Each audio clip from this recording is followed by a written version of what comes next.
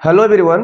तो आज क्लास में बात करेंगे classification of element and periodicity को आगे बढ़ाते हुए क्लासिफिकेशन यानी कि वर्गीकरण में तमाम प्रकार के सिद्धांतों के बारे में जानकारी हो चुका है। तो आज हम देखने वाले हैं आज की क्लास में एक और सिद्धांत क्लासिफिकेशन के लिए जिसे हम न्यूलैंड का अष्टक नियम कहते हैं। तो न्यूलैंड के अष्टक नियम से पहले जो सिद्धांतों का अध्ययन हो चुका है, तो अगर आप उसे नहीं देखें, उस वीडियो लेक्चर कवर नहीं किए हैं, तो शायद आपको इस लेक्चर में उतना ज़्यादा इंटरेस्ट न मिले। तो मैं ये कहूँगा आपसे कि आप इससे पहले जो लेक्चर बना उसे आप स्पष्ट करें, यानी कि क्लियर कर लें। तो लिंक मैंने डिस्क्रिप्शन में डाल दिया, जहाँ से आप देख सकते हैं। अन्यथा इसके अलावा आप चैनल के प्लेलिस्ट को खोलें, जहाँ से आपको क्रमबद्ध तरीके से, यानी कि इस चैप्टर का नाम दिया classification of element and periodicity करके एक चैप्टर दिया होगा। तो उससे आप जब क्लिक करोगे तो वहाँ वीडियो क्रम सब मिल जाएंगे, जहाँ से आप देख सकते हो। यस, तो फाइनली हो जाते यार, क्योंकि आज हम देखेंगे बहुत ही प्यारा सा नियम है, बहुत ही प्यारा सिद्धांत है। दैट मीन्स न्यूलैंड का अष्टक नियम। ये गजब क्यों है? गजब इसलिए है क्योंकि इसमें कुछ अलग कंपैरिजन ही आते हैं। तो चलिए हम विचार करते हैं। न्यूलैंड का अष्टक नियम जो कि 1864 में आया था, और इसको दिया था न्यूलैंड नामक वैज्ञानिक ने। यह अंग्रेजी रसायनज्ञ था जिसका नाम जॉन अलेक्जेंडर न्यूलैंड था। तो जॉन अलेक्जेंडर न्यूलैंड ने तत्वों को सिस्टमेटिक ढंग से, यानी कि परमाणु भार के आधार पे एक सिद्धांत दिया था, जिसे हम न्यूलैंड के अष्टक नियम का सिद्धांत कहते हैं। तो यह अष्टक शब्द क्यों आया, जरा इसके बारे में चर्चा करते हैं। यहाँ पर न्यूलैंड ने अपने विचारों विमर्श में बताया था कि यदि तत्वों को उनके परमाणु भार के बढ़ते हुए क्रम में व्यवस्थित किया जाए तो प्रत्येक आठवें तत्वों के जो गुण होगा, प्रॉपर्टीज होगा, वह पहले तत्व के गुण से समानता प्रदर्शित करते हैं। बड़ा सिंपल सा लॉजिक है। और यही कल्पना, यही जो कंपैरिजन है, यह संगीत के आठों सुर से कर दिया, संगीत के स्वर से कर दिया। इसीलिए इसे अष्टक का नियम कहा गया, अष्टक का सिद्धांत कहा। मैंने क्या बोला? मैंने ये बोला न्यूलैंड ने इसकी तुलना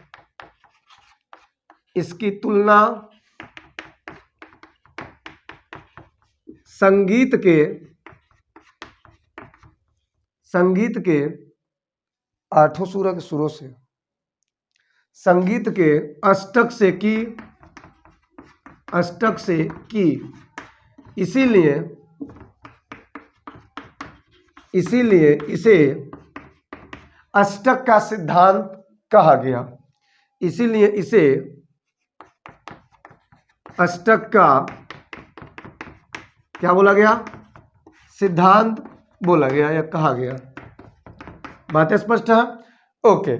तो इन्होंने अपनी जो कल्पना थी वो संगीत के सुरों से किया। और उस समय आपको बता दें, जो ज्ञात तत्व यानी तत्वों की जो संख्या थी वो 56 थी। कब? न्यूलैंड के समय। अब जो संगीत वाली प्रॉपर्टी है उसको हम कैसे समझेंगे, तो जरा विचार करेंगे। तो यहां पर अगर ध्यान से देखा जाए तो ये पहला, दूसरा, तीसरा, चौथा, पांचवा, छठवां, सातवां और ये 8वां। क्लियर है? ओके। अब यहाँ पे पहले पे क्या आता है? अगर ध्यान से देखा जाए तो सा, रे, गा, मा, पा, धा, नी, सा। क्लियर है? तो मैंने क्या बोला, आपने सुना भी होगा, सारे गा मा पा धा नी सा। इसका मतलब क्या है? ये संगीत के सुर हैं, और इसके सुरों की तुलना तत्वों के बढ़ते हुए परमाणु भारों के आधार पे उनके गुणों की व्यवस्था को समझाने के लिए किया था। अर्थात ये बोल सकते हैं कि यहां पर लिया था lithium, beryllium, boron, carbon, nitrogen, oxygen, fluorine. Clear है? ओके। यहां पर क्या लिया था?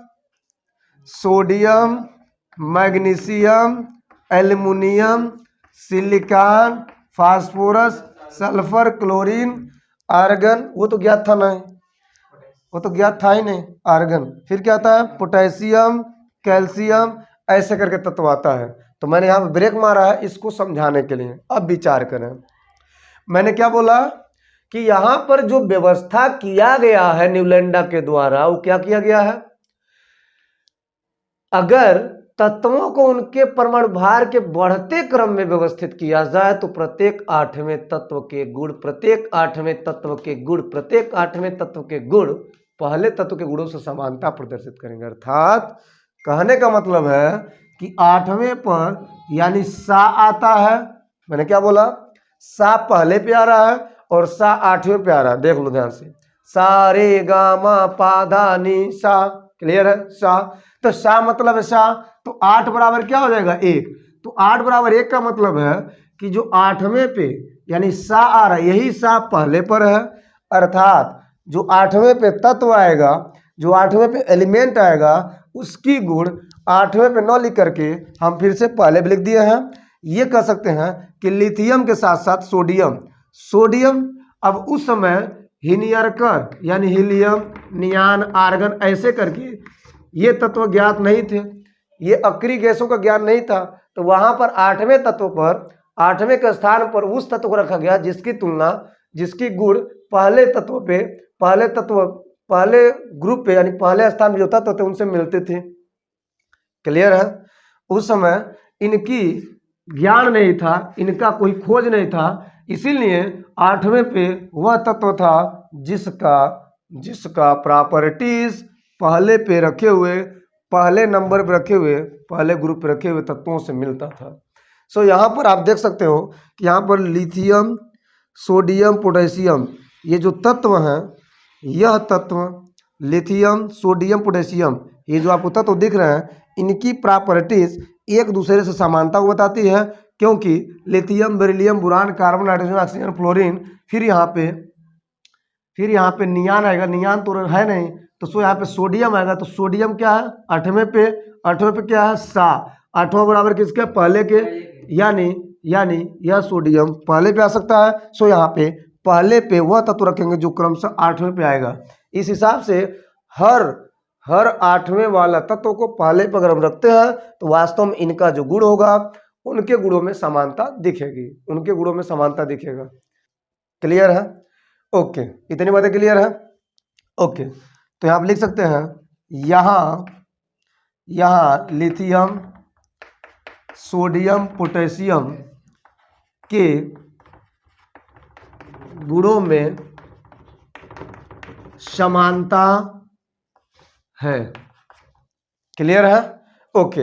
एक और पॉइंट वाली बात, यहाँ पर एक और पॉइंट वाली बात है कि कैल्शियम के बाद जो तत्व है उनका परमाणु भार ज्यादा होने लगा, अर्थात अधिक परमाणु भार वाले तत्वों पर यह नियम लागू नहीं हो पाया। क्लियर है, ओके। तो ये तो रहा न्यूलैंड के अष्टक का नियम, न्यूलैंड के द्वारा दिया गया संगीत के द्वारा कंपैरिजन करके एक सिद्धांत। तो इस सिद्धांत में 56 तत्व ज्ञात थे और कोशिश किया गया, लेकिन 56 तत्वों को अरेंजमेंट पूरी व्यवस्थित तरीके से नहीं करा पाए, उससे पहले नियम फेल हो गया। अब बात यह है कि इस नियम में अगर हम सीमाएं देखते हैं, लिमिटेशन देखते हैं, दोष देखते हैं, तो क्या होगा, लिमिटेशन और सीमाएं या दोष बात एक ही है।